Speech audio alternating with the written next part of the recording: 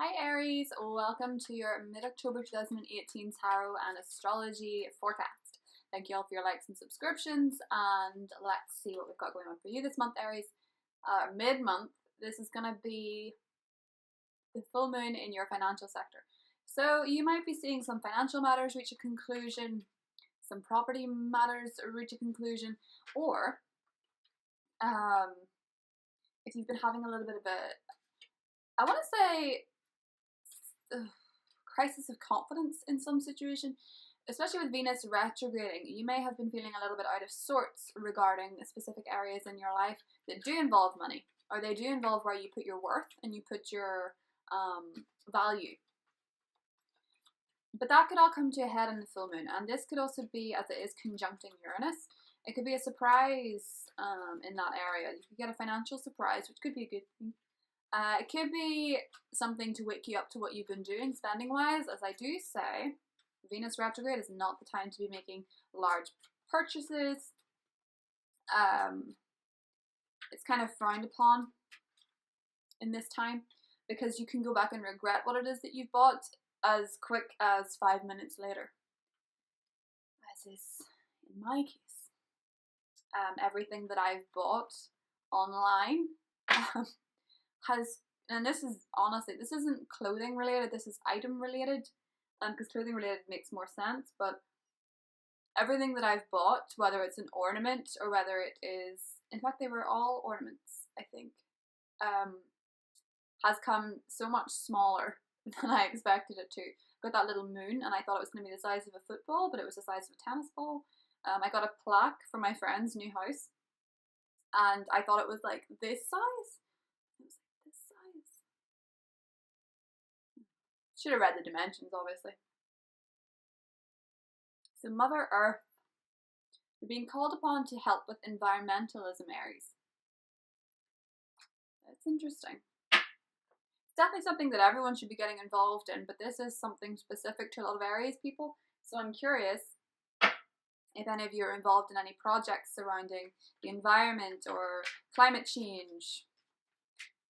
Some way of assistance, especially with the full moon in your sector of money. It could be a very handsome donation that some of you are doing, or charity work that some of you are doing, and you're finding that your relationship with yourself strengthens by giving to others.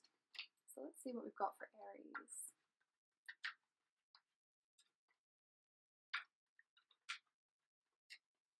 Okay.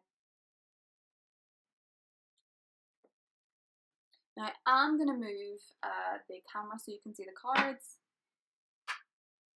King of Cups. You could be dealing with a water sign, a Scorpio, Cancer, Pisces, or someone that fits the King of Cups description. It could be somebody who's very romantic, or somebody who is very secretly romantic. Someone who keeps their feelings to themselves, keeps a lid on them. Could be somebody you're worried about. Nine of Swords. Sleepless nights, concerns. What's helping you is the Ten of Cups. Pretty good assistance, I'm going to say. Challenging you is the Magician. The outcome is the Fool. And underneath we have the Star. So there's a pretty hopeful situation here, Aries. But the way that you're going about it might be the problem. So I'm going to move the camera and we're going to get more into it. So Aries. As I said, some of you are dealing with a water sign. Please bear in mind with these readings that they are general, so all signs can apply. More often than not, I find all signs come out in tarot readings anyway, so just be mindful of that. Now, the Fool energy is the outcome. I know that I'm diving right into the outcome, but that's kind of what the Fool does. He dives right into something new. And he's blessed by the Star. So he's got hope in his heart, and he's traveling light. He's going it alone and he's figuring out what it is that he wants to do and what way he wants to go. That's important. The direction you take is the important bit.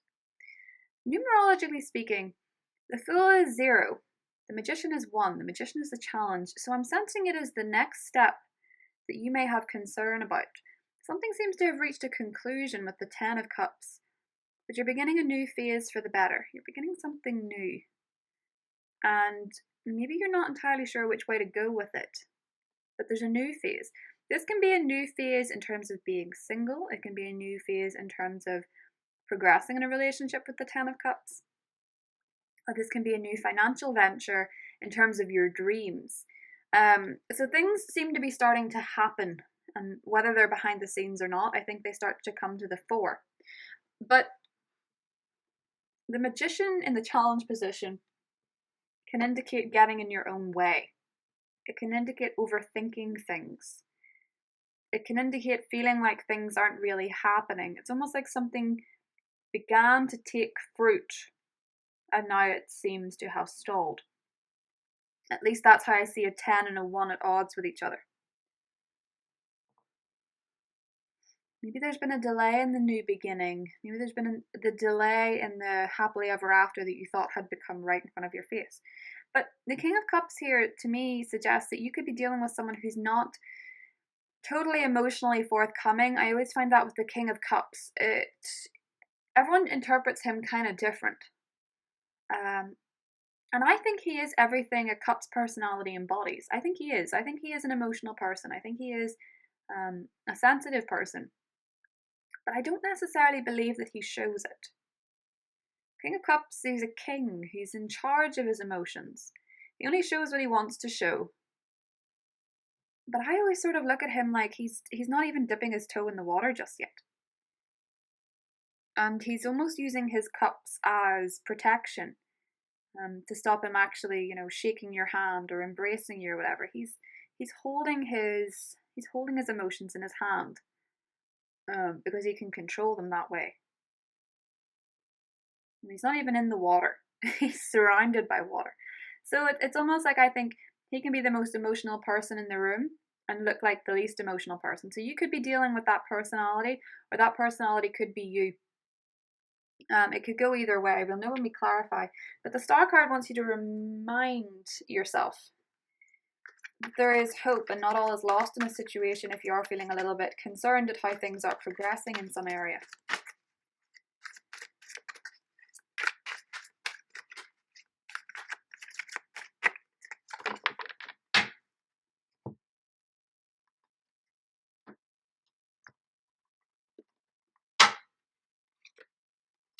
Yeah, as I said, this is somebody who keeps their emotions to themselves. 2 of Pentacles, 5 of Pentacles, 8 of Swords, 10 of Wands. Well, now we have the King of Wands underneath. Could be you, could be another fire sign. As I say, don't get bogged down. Now, the one thing that I'm immediately drawn to for some reason is this 5 of Pentacles in the helpful position.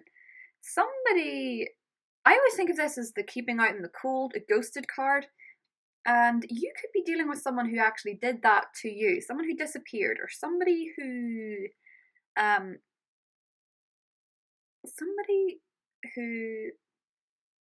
doesn't, as I say, doesn't give anything away. Now, the 4 of Pentacles is someone who, again, keeps their emotions close to their chest. And with the King of Cups, I feel like this is this person. It could be you, but I am sensing that somebody maybe, some relationship for some of you reached a conclusion for the best with the 5 of Pentacles here. I actually think that this is maybe somebody coming out of the cold with the 10 of Cups. Someone that you wanted to see, or someone that you wanted to hear from, or someone that you wanted an emotional declaration from may possibly come out of the woodwork. There's a common Venus retrograde momentum. It could be that somebody finally reveals how they feel. The 5 of Pentacles in the helpful position can indicate someone being a bit warmer than usual, especially if you are dealing with a water sign. The challenge, though, with the Ace of Swords and the Magician is that the communication might not go so smooth. And that's because this person isn't in their natural state. It's not natural for this person to express themselves, or it's not natural for something to flow like that. It's something needs time. Something needs a reason to open up. And this could be in the workplace too. If you're waiting for an offer, you may be better balancing up your options. You're definitely better not rushing a decision, because you could rush right into, especially those of you for career, you could rush right into a new job or a new role that you've been pushing for and not be ready for the work.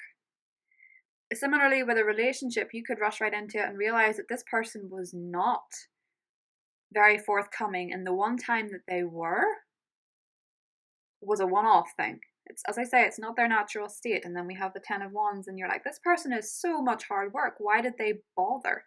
Like, why did they come back just to disappear? And it's almost like whoever you're dealing with is something new and something that you wanted, but it might just be that little bit of hard work and you're feeling frustrated now. You're like, did I waste my wish on this thing? Did I really want this? This isn't turning out the way I wanted to. And that's why it's sometimes better to wish for the best possible outcome, and more generalize it than be specific on a person, because the person might not match who you think they are, or the job might not match who you think they are. And this doesn't mean that you give them up. It just means that you're hitting a roadblock with something and you're wondering, was it worth it? And let's see, Aries. Because nothing or nobody is perfect. Even if you think they are, they might not be. In fact, they're most likely not, because nobody is. The Emperor, the Tower, the Queen of Cups, the Queen of Pentacles, and the Seven of Wands. Okay, and underneath we have the Empress. Yeah. So Aries, let me see. We have two queens here. I do think with the Queen of Cups here, definitely some of you deal with a water sign personality who, as I say, isn't naturally that expressive, but they're very attractive. I can get that much with the Ten of Cups. There's someone that you would see that you wanted long term. You're like, this is my person. And then in the challenge position, we have the Queen of Pentacles, who's a little bit less emotional. So I'm thinking this queen could maybe be more of the Queen of Pentacles personality than you expected. They're maybe more work oriented, and they spend more time thinking about the practical things in life. And you're like, no, I want to adventure. I want to go. I want to expand. I want to be with a person and have excitement. And maybe this person's more methodical. For those of you that are entirely single, I see two people entering the picture. One person is possibly water sign, the other possibly earth. Or one person is the more exciting of the two and the other person's the more reliable. And you have to make a choice. The more exciting of the two could be harder work in the long run. And the other one could be more long-term potential, but maybe not seem quite the better of the two initially. Because first impressions during Venus retrograde aren't great. They're not usually coming across as who they are. As I say, if someone's suddenly very forthcoming and outgoing, just be prepared for them to maybe be a little bit more hesitant when Venus goes direct. You've definitely met your match in terms of a standoff. And as I see with the Tower here, the people that you're meeting, the person that you're dealing with, you're not actually building a solid foundation right now. You're building more of a temporary thing, because they're hard work. And this might be something you have to really struggle with in the ending of it. If you are dealing with a career option, in terms of judging what you should do, there could be a job that is very, very, very exciting with the Fool energy, something new. You're like, I want to get out of where I am because I don't feel like I'm progressing. I don't feel like I'm appreciated. But you might actually walk into something more tough. As I say, with Venus retrograde and the Empress here overlooking things, I do think it may seem like you've walked into something 10 times harder, or you're really struggling with a new beginning and you're sort of fighting to stay afloat in that sense. As I said in the last reading, Aries do love a challenge. And when Venus retrogrades, and I'm sorry to go on about it so much, but in the workplace, people can appear harsher than they are. Things can appear tougher than they are, or they can appear easier than they are. Bear that in mind with the Fool and the Ten of Wands. If something seems a lot of work, do give it time to pass and then reassess your options. Don't make any sudden judgments or any sudden conclusions. Things are almost manifesting a bit wonky in terms of what you want, because the Magician is in the challenge, but be patient with this energy, because the planets aren't running along freely with you as you'd like them to, but they will. Once we're out of retrograde season completely, well, we're never out of it completely, really, but when Venus has gone direct and Mercury has gone direct in December, you may find that things start appearing before your eyes the way you would like them to, rather than sort of wonky. It's almost like stuff isn't happening just as you want to, but give it time. It's all happening out for the greater good. The Empress is sitting there waiting to give you what you want. She's just making sure you learn something from this. And once you do, I think she's going to be a lot more gentle with you, Aries. So hope you enjoyed that reading, and I will talk to you in November. Bye.